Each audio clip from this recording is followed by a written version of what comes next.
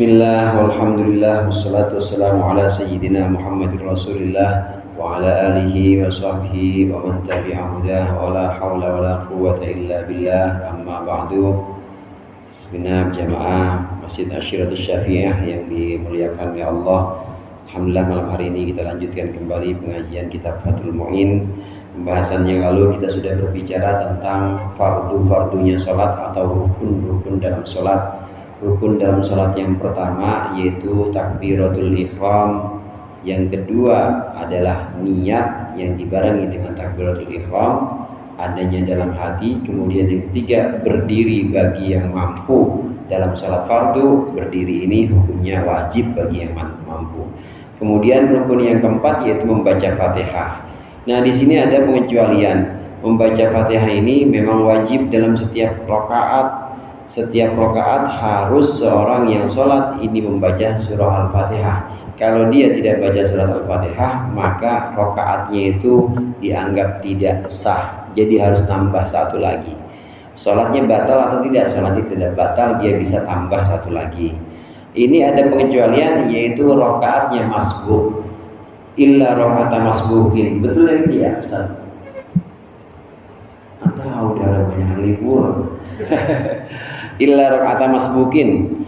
Illa rakaat masbukin itu ada di halaman 17. Wa rabi'uha qira'atu Fatihatin. Nah, kemudian ada di situ illa rakaat masbukin. Qala al-mu'allif rahimahullah wa nafa'ana bihi wa bi 'ulumihi wa bi barakatihi fid dharain amin. Illa rakaat masbukin, kecuali rakaatnya makmum masbuk, fala tajibu alaihi fiha, maka tidaklah wajib apa Fatihah atas masbuk dalam rakaat atau dalam sholat per rakaatnya tidak wajib, dengan catatan haitsu lam yudrik zamanan yasa'u al-fatihata, sekiranya dia tidak mendapati satu waktu yang muat apa waktu tersebut akan Fatihah min qiyamil imami, dari berdirinya imam.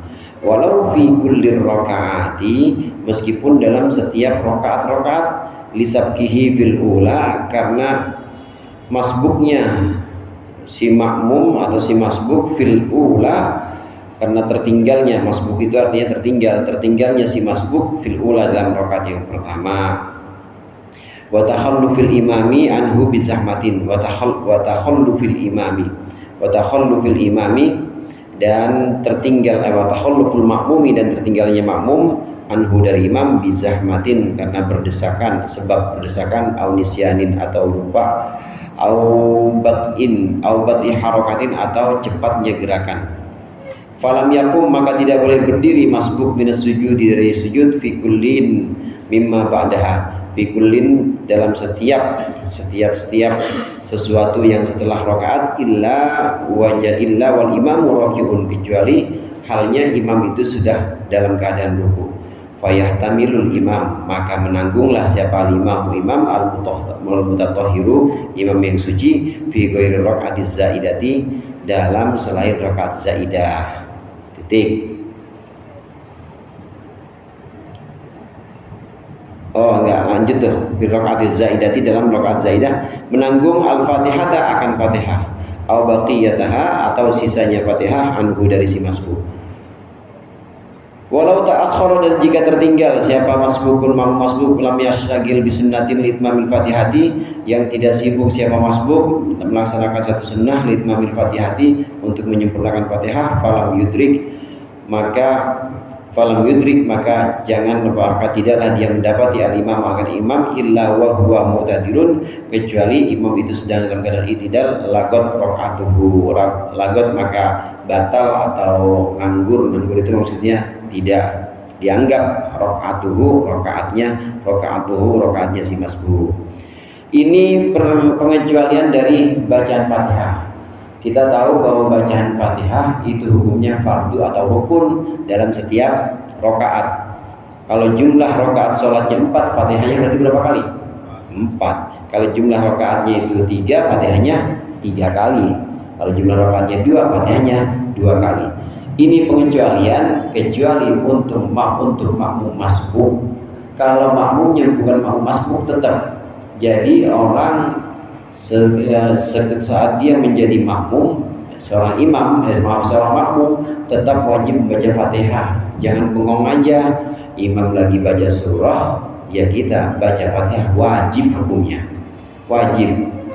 Rakaatnya 4 kali Fatihahnya. Nah, ini hukumnya wajib kecuali makmum masbuk. Jamaah rahimakumullah, makmum masbuk itu ada dua macam. Ada yang disebut dengan masbuk secara hukum atau secara hukmi. Masbuk secara hukmi ini adalah orang yang tertinggal dari imamnya. Dia tertinggal di rakaat yang pertama, tertinggal gerakan-gerakannya.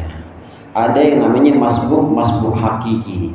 Masbuk hakiki ini tertinggal dari imam bukan hanya di rakaat awal saat dia ikut, tapi setiap kali rakaat itu dia ketinggalan sama imam. Nah, masbuk hakiki ini dengan tadi pengecualian, masbuk ini nanti ditanggung Fatihahnya oleh imam. Andai dia itu tidak sempat baca Fatihah, dia saat dia sudah bangun atau saat dia berdiri itu imam sudah ruku, ikutlah dia ruku, karena disitulah dianggap rukunya seorang makmum itu dianggap satu rakaat dengan imam. Nah, perlu kita tegaskan di sini, seorang makmum dianggap dapat satu rakaat bersama imam kalau dia dapat ruku bareng sama imam atau mendapati rukunya imam dan dia ngikut rukunya. Tapi kalau dia nggak dapat ruku, maka nggak dianggap. Contoh begini, saya datang ke masjid, nah imam udah lakum dinukum waliyadin, saya belum baca apa-apa, baru Allahu Akbar, Bismillahirrahmanirrahim, tahu imam ruku, ikut aja ruku dah, ikut ruku. Karena itu Fatihah kita makmum masbuk itu ditanggung oleh imam, udah ikut aja ruku, ikut ruku. Karena kalau kita nggak ikut ruku, kita maksain baca Alhamdulillahirabbil alamin Ar-Rahmanir-Rahim, maksain baca, tahu-tahu imam udah i'tidal. Nah, meskipun kita nyusul makmum imam i'tidal, kita ruku, imam sujud kita i'tidal, meskipun nyusul tetap kagak dianggap karena nggak dapat rukunya imam. Jadi harus bagaimana? Buru-buru pokoknya.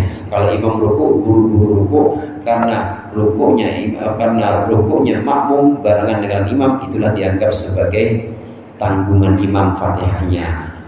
Kalau tidak bareng dengan rukunya imam, maka dianggap dalam rakaat yang itu adalah rakaat yang tidak dihitung. Jadi kalau terjadi seperti itu sampai di masjid ternyata nggak ngalamin rukunya imam, tahu-tahu imam udah i'tidal, ya udah kita diri aja. Imam udah Rabbana lakal hamdu, kita baru Bismillahirrahmanirrahim Alhamdulillahirabbil alamin. Begitu imam sujud, ikut aja sujud. Rakaat kita udah nggak dianggap soalnya. Kalau kita maksain seperti itu dengan nyusul, maksudnya kita nyusul imam dengan seperti itu, padahal kita sudah tertinggal lebih dari 2 rukun panjang, maka batal sholat kita. Kalau tertinggal 2 rukun panjang, maka sholat kita batal. Bukan cuma batal pahala jamaahnya, tapi batal sholatnya. Perlu diketahui di sini ada rukun qasir, ada rukun tawil, ada rukun panjang, ada rukun pendek. Seorang makmum tertinggal dari imam 2 rukun panjang tanpa uzur, batal sholatnya. Tanpa uzur itu gimana? Ya orang sama-sama ngaji, dia tahu bahasa Fatihahnya juga lancar. Nah, imam gimana? Imam juga lancar, ya imam taruhlah sedang baca Fatihahnya, imam baca Fatihah sedang, nggak kebangetan cepet, dia juga bisa sebenarnya, tapi dia nyantai-nyantai baik. Imam lagi baca udah tawan, udah sampai illal ladzina amanu wa amilus sholihati, dia masih bengong aja belum baca apa-apa. Itu namanya tanpa uzur. Imam ruku, dia baru baca Fatihah. Imam i'tidal, dia masih maliki yaumiddin. Imam sujud, dia masih ihdinas siratal mustaqim misalnya. Ini udah ketinggalan 2 rukun panjang, udah ketinggalan ruku, udah ketinggalan sujud.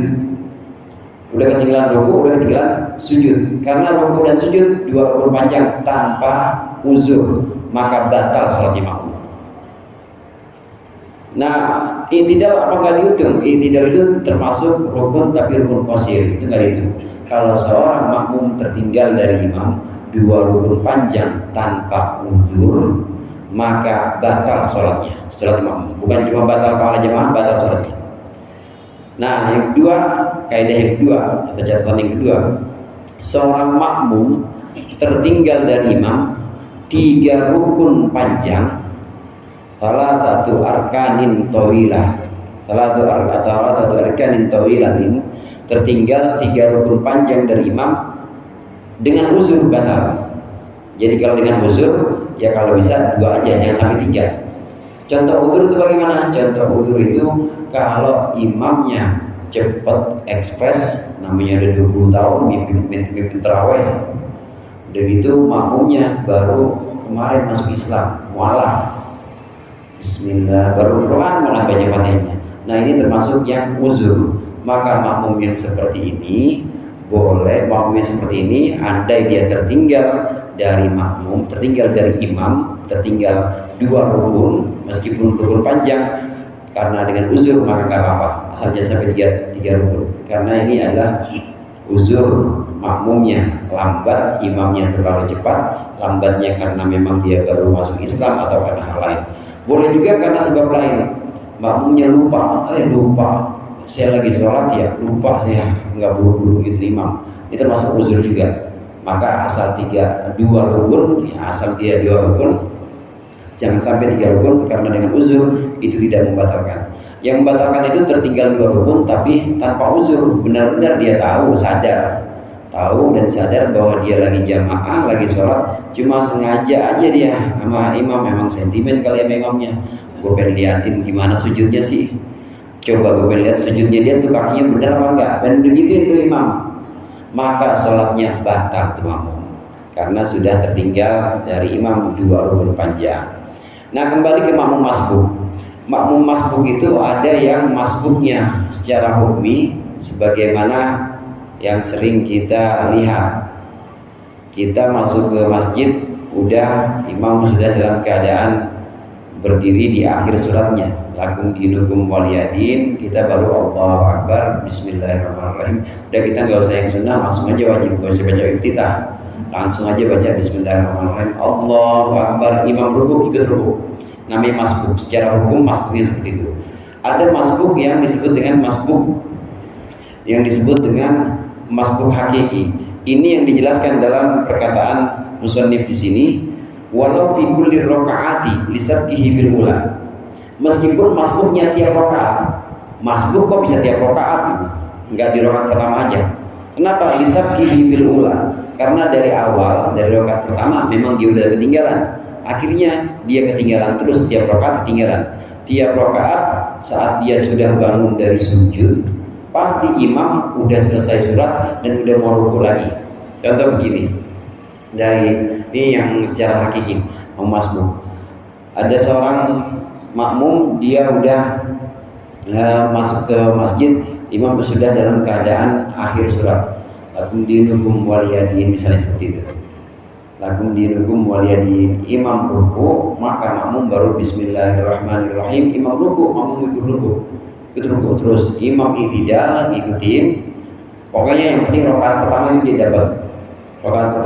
dapat ruku, maka ditanggung Fatihahnya, ruku bareng imam, terus sampai sujud, kemudian duduk di antara 2 sujud, kemudian kemudian sujud. Saking imamnya itu cepat dan makmumnya agak lambat, makmumnya udah orang tua gitu, pelan banget, kalau dia turun pelan-pelan banget. Tapi ini imamnya anak muda kayak dia gitu, ekspres kan dia, cepet banget, maka imam ini pelan-pelan. Begitu udah selesai sujud kedua, subhana rabbil a'la wa bihamdi, Allah, ini imam udah selesai lagi.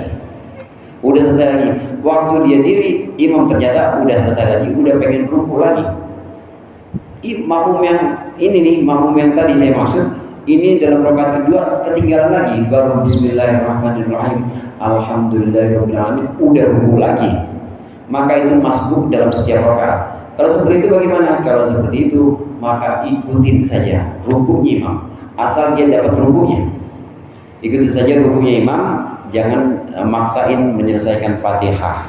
Jangan melakukan kesunahan apa-apa, tapi langsung saja ikut barengin atau ikut ruku bersama imam. Karena batasan dia itu ditanggung Fatihahnya oleh imam kalau dia dapat ruku bersama imam.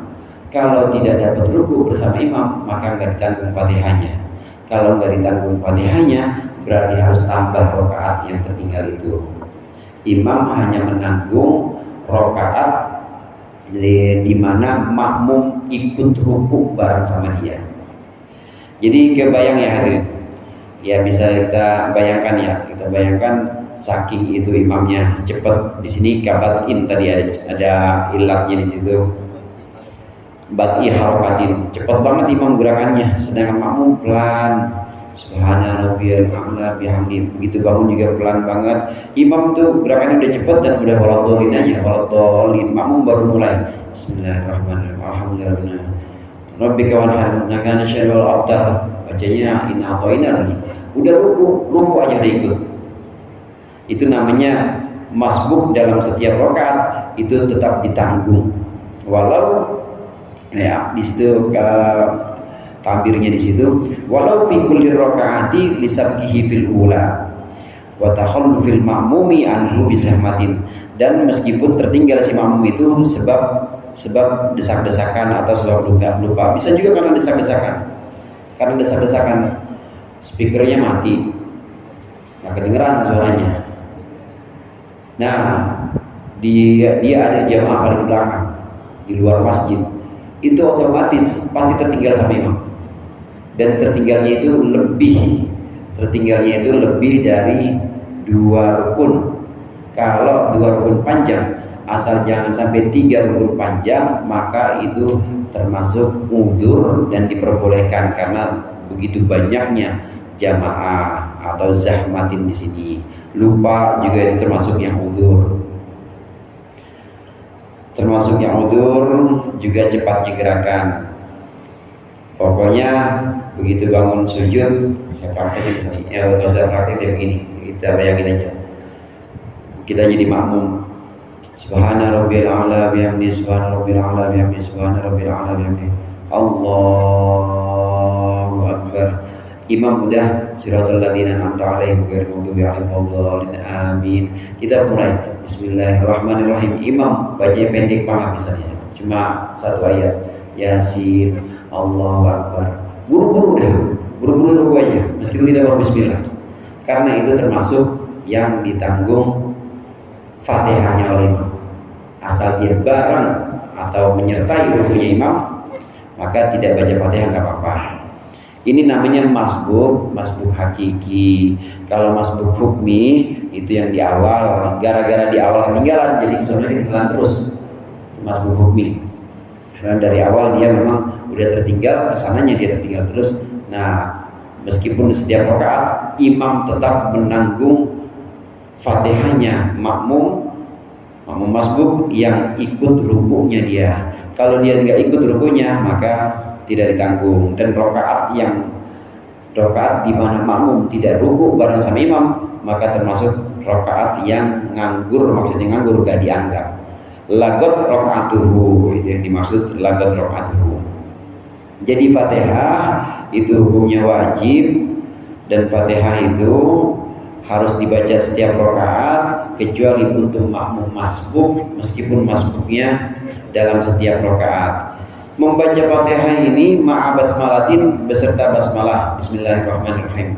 Ai ma'a qiraatil basmalati, maksudnya bersama bacaan membaca basmalah, yaitu bismillahirrahmanirrahim. Fa innaha ayatun minha, karena sungguhnya basmalah itu ayat dari Fatihah. Liannahu, karena sungguhnya Rasulullah sallallahu alaihi wasallam qara'aha, membaca akan basmalah, tsummal Fatihata, kemudian Fatihah. Wa'adaha ayatan minha, dan menganggap atau menghitung Rasulullah akan basmalah ayatan minha, 1 ayat dari Fatihah. Wa kadza min kulli suratin, dan juga dalam setiap surat. ghairi bara'atin, yang selain surat bara'ah. Surat bara'ah itu surat taubah. Membaca Fatihah itu hukumnya fardu dalam setiap rakaat. Bacanya dengan bismillah, bismillahirrahmanirrahim, alhamdulillahirabbil alamin.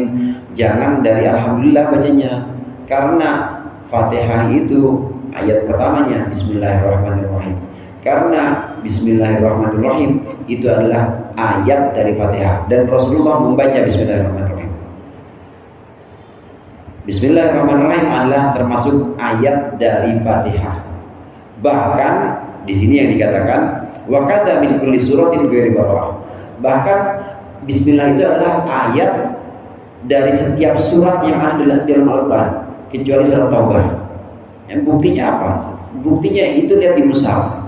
Tiap surat pasti ada bismillahirrahmanirrahim. Meskipun tidak dikasih nomor ayat, tapi bismillahirrahmanirrahim itu pasti ada di awal surat.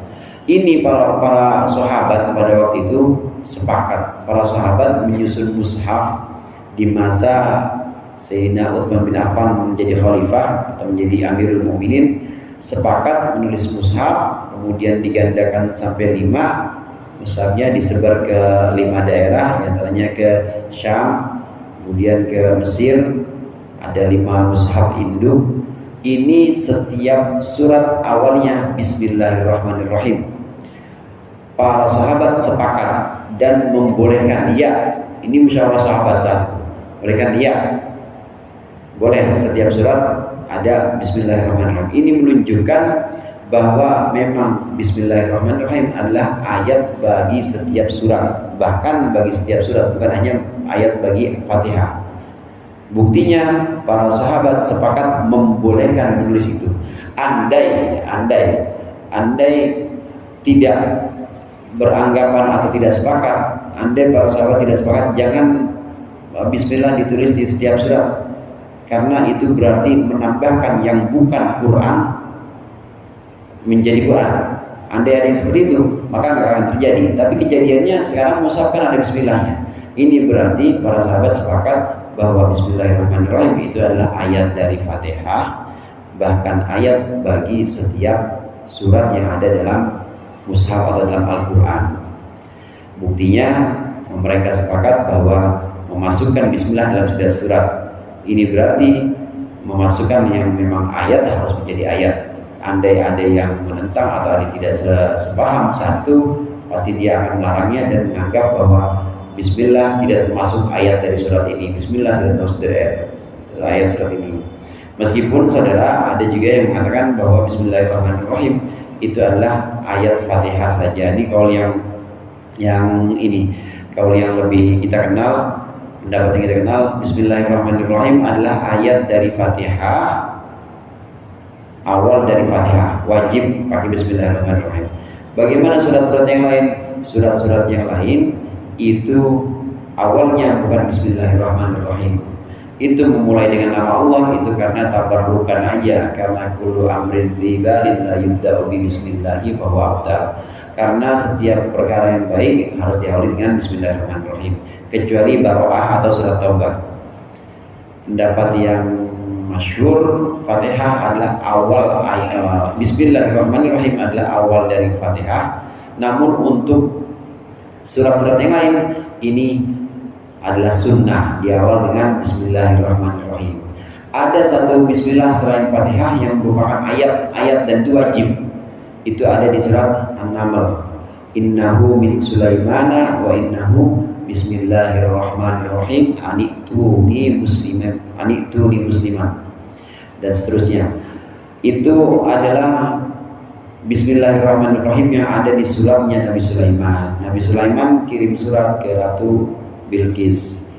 Isinya bismillahirrahmanirrahim, datanglah kalian kepadaku dalam keadaan tunduk menyerah. Ada bismillah, itu bismillahnya di tengah-tengah. Nah, kalau yang ada di tengah-tengah itu yakin dan pasti itu adalah ayat dari An-Naml. Nah, ada bismillahirrahmanirrahim ini di awal, ini ayat dari Fatihah. Bagaimana dengan surat Bara'ah? Surat Bara'ah atau surat Taubah haram hukumnya kita membaca surat Bara'ah dengan bismillahirrahmanirrahim. bara'atun minallah, nggak boleh pakai Bismillahirrahmanirrahim, karena bara'atun minallahi itu artinya Allah berlepas tangan dari orang-orang kafir dan juga Rasulnya berlepas tangan dari orang-orang kafir, artinya perang aja mendingan, karena orang-orang kafir itu sudah menguraikan atau sudah merusak perjanjian, maka mending genderang perang dibunyikan. Namanya perang itu kekerasan, nggak boleh pakai Bismillahirrahmanirrahim. Baroah itu dari awalnya memang udah keras. Kita motong, besok pada motong ya. Di sini motongnya di mana? Sorry. Di leher. Leher. Potongin di leher kata Yazim. Motong itu kan kita nggak pakai Bismillahirrahmanirrahim. Pakai apa? Bismillah gitu aja. Bismillah aja, jangan Bismillahirrahmanirrahim. Karena Ar-Rahman Maha Penyayang, Ar-Rahim Maha Pengasih, Maha Penyayang. Kata kambing, lu katanya Maha Penyayang, lu pakai nama Allah, gue dipotong juga. Pakai nama penyayang, tapi gue disakitin juga. Padahal enggak, itu kata saya. Kalau kambing itu hadirin, walaupun dia sedih, walaupun dia itu kelihatan, kita kalau motong harus jauhin dari induk, dari anaknya. Memotong induknya harus kita jauhkan dari anaknya, karena memang ada perasaan sedih itu. Tapi sebenarnya itu adalah sayangnya Allah atau rahmatnya Allah untuk kambing itu, supaya dia bisa naik kelas, upgrade itu yang tadinya dari tahun ke tahun jadi kambing. Ada nggak kambing sholat? Nggak ada ya. Ini dimakan sama Ustadz Hadi, dimakan sama Ustadz dia, jadi daging buat sholat, jadi daging buat ngaji. Naik tingkat tuh dia naik grade-nya. Yang tadinya jadi dari tahun ke tahunnya binatang aja, nah ini kemudian ada nempel di dagingnya Yasin, di dagingnya Abi, nempel di badannya PRT Soleh. Berarti udah naik tingkat. Sekarang tinggalnya di masjid atau tinggalnya di apartemen pakai AC, sholat tahajud lagi, naik tingkat dibanding sebelum-sebelumnya. Ini sayangnya Allah, bukti rahmatnya Allah untuk binatang yang dimakan oleh orang-orang mukmin, orang beriman, itu naik kelas dia. Coba kalau nggak dimakan, mati jadi bangke buat makan belatung. Tapi kalau ya dimakan sama orang yang sholat, maka jadi sholat. Sholat itu nggak hilang, dan pahala sholat itu ada bentuknya. Maka itulah jadi bentuk-bentuk yang asal muasalnya dari makanan kita semua jadi naik tingkat seperti itu. Ini baro'ah wa ma'a tasdidatin, dan juga beserta tasdid fiha dalam Fatihah. Wa hiya arba'a asyrata, ada 14 tasdid. Nah, ini udah dikasih tahu, kita nggak pernah ngitung. Tasdid dalam Fatihah itu ada 14, li'annal harfal musyaddada, karena huruf yang ditasdid biharfa ini itu sama dengan 2 huruf. Fa idza khaffafa batala minha harfun, maka ketika faidah khufifah maka ketika ditakhfif atau diringankan, maka batallah dari Fatihah harfun, 1 huruf. Membaca Fatihah harus mulai dari Bismillahirrahmanirrahim. Baca Fatihah seluruh ayatnya juga harus pakai tasdid, karena tasdid itu kan huruf double, saudara, huruf 2. Kalau kita menggugurkan tasdid atau kita bacanya enteng, takhfif, maka berarti kita menggugurkan 1 huruf dari Fatihah. Bismillahirrahmanirrahim. Kalau dulu belajar Fatihah gitu. Alhamdulillahi rabbil alamin. Rabbil alamin. Itu 2 huruf, ba-nya 2. Kalau kita Alhamdulillahi rabbil alamin, berarti kurangin 1 huruf. Ba-nya cuma 1, kurang hurufnya Fatihah. Yang harusnya huruf Fatihahnya lengkap, karena kita tasdidnya tidak kita tasdid, tidak baca haknya tasdid, maka berkurang 1 huruf. Mengurangi tasdid itu berarti mengurangi 1 huruf. Kalau tasdidnya kita kurangin, berarti kurang banyak, setiap tasdid dikurangin. Oleh karenanya tasdid ini harus dijaga. Alhamdulillahi rabbil alamin, Ar-Rahmanir-Rahim, Maliki yaumiddin, Iyyaka na'budu wa iyyaka nasta'in ihdinas siratal mustaqim siratal ladzina an'amta 'alaihim ghairil maghdubi 'alaihim waladdallin. Tasdidnya benar-benar dijaga. Makharijul hurufnya bagaimana? Wa ma'a riayati hurufin fiha, dan juga beserta memelihara huruf-huruf dalam Fatihah.